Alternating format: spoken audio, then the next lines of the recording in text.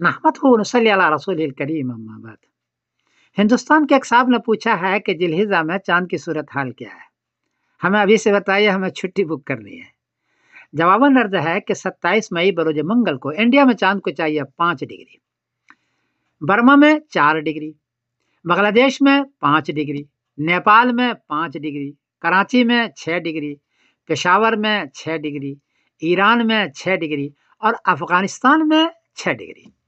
चांद 10 डिग्री में नजर आता है, यहाँ 5 डिग्री और 6 डिग्री है, इसलिए 27 मई बरोज मंगल को चांद नजर नहीं आएगा इस पूरे खित्ते के अंदर।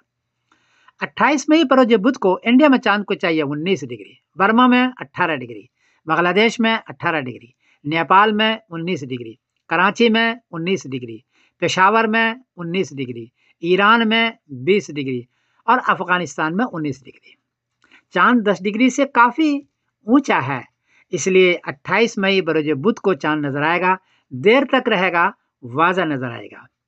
और 29 मई बरोज जुमेरात को जिलहिजा की पहली तारीख होगी इंशाअल्लाह।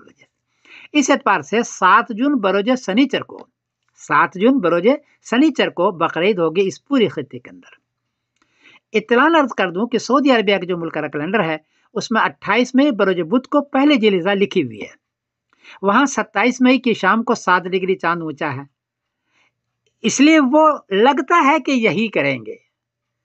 और 6 जून बरोज जुमा को बकरीद लिखी हुई है, इंशाअल्लाह वल अजीज वो 6 जून बरोज जुमा को बकरीद करेंगे। तो इंडिया के अंदर बकरीद होगी 7 जून बरोज शनिचर को, और सऊदी में और सऊदी के मानने वाले जितने भी है वो 6 जून बरोज जुमा को बकरीद वो कर रहे हैं, ऐसा है। देखिए होता क्या है। मैं समीरुद्दीन कासिम बोल रहा हूँ मैनचेस्टर इंग्लैंड से। अस्सलाम वालेकुम व रहमतुल्लाहि व बरकातहू।